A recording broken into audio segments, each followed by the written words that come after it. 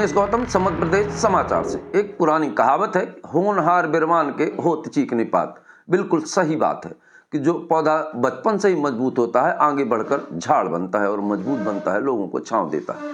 हम बात करते हैं सतना में नवगत कलेक्टर सतीश कुमार एस की। सतीश कुमार एस जिस दिन से सतना से आए हैं, तो उनके कार्य करने की प्रक्रिया ऐसा बता रही कि कुछ नया सतना में होने वाला है। वजह यह कि पत्रकार वार्ता में कहे गए एक एक शब्द को अक्षरशः उन्होंने लिख लिया था और उसका परिपालन करने में समय बिल्कुल तत्पर दिखाई देते हैं।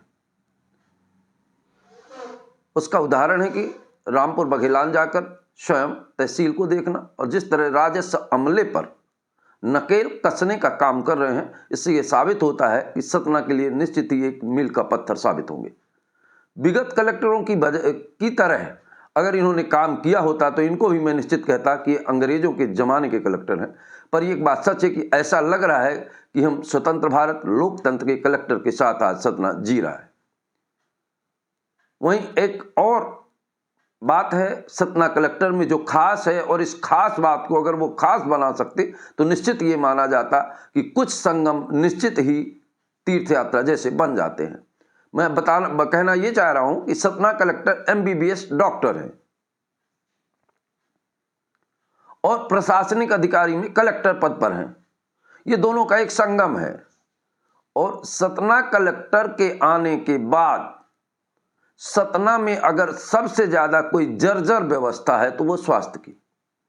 आए दिन स्वास्थ्य की वजह से, सरकारी अस्पतालों के डॉक्टरों की दलाली की वजह से, एम्बुलेंस की दलाली की वजह से, निजी नर्सिंग होमों में ले जाने की वजह से आए दिन गरीब जनता की मौत होती रहती है।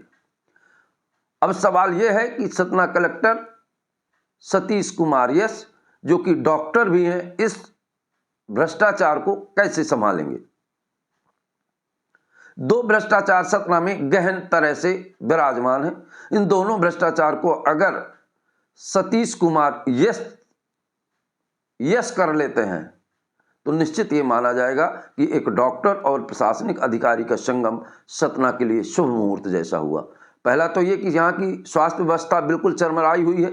सतना अस्पताल में दलालों का मेला लगता है, यहाँ तक कि वहाँ पदस्थ डॉक्टर केवल मरीज को चिन्हित करने जाते हैं, उसकी दवाई नहीं करते, फिर उसको अपने निजी नर्सिंग होम बुलाते हैं और वहाँ उसकी दवाई करते हैं, उसकी जमकर लूट होती है। वहीं आशा कार्यकर्ता से शुरू होकर जैसे ही आशा कार्यकर्ता के पास मरीज पहुंचता है तो एम्बुलेंस में बुलाती है, उसे बैठा के समझाना शुरू कर देती है कि सरकारी अस्पताल में दवाई नहीं होती, और आशा कार्यकर्ताएं उन्हें निजी नर्सिंग होम में ले जाती हैं और 50,000, 60,000, 70,000 एक छोटी सी डिलीवरी के लिए खर्च होता है और उसमें डिलीवरी करवाने सतना अस्पताल के ही डॉक्टर जाते हैं। वहीं खून की दलाली की अभी आपके सामने आया था। इसी तरह सतना अस्पताल ना होकर दलाली का केंद्र बन गया है। अब आपको समझना है डॉक्टर साहब और कलेक्टर साहब कि इस पे आप कैसा कंट्रोल करेंगे। दूसरी बात, विगत दिनों से सतना में ओवरलोड की वजह से कितने लोगों की कुछ समय मौत हुई, ये आपके पास आंकड़े मिल जाएंगे। पर विगत दिनों ओवरलोड पर कितनी कार्रवाई हुई, ये आंकड़े भी आपको मिल जाएंगे।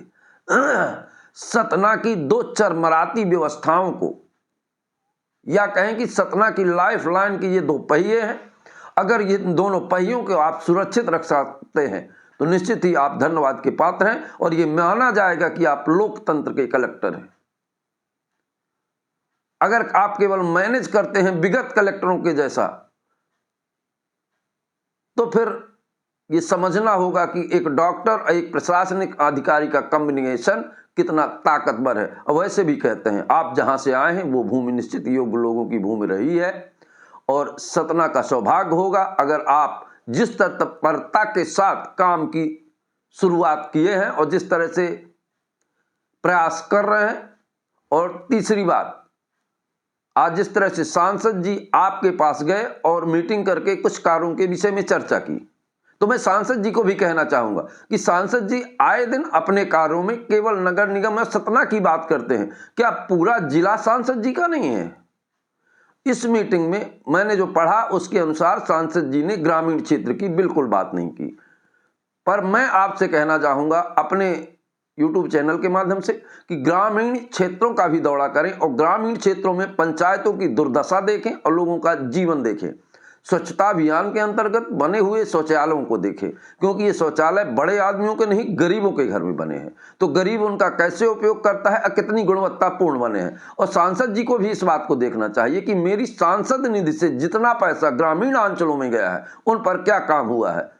तारीफ तो तब है सांसद जी जब दूसरे को देखने के पहले एक बार आईने में खुद को देख लिया जाए। मैं सतना कलेक्टर सतीश कुमार यस से भी कहना चाहूंगा कि दर्पण झूठ नहीं बोलता साहब। हम तो आईना लेके बैठे हैं, सबका चेहरा दिखाएंगे, जिसे बुरा लगे वो आईने के सामने से हट जाए। दोस्तों नमस्कार, मैं उमेश गौतम, समग्र प्रदेश समाचार से।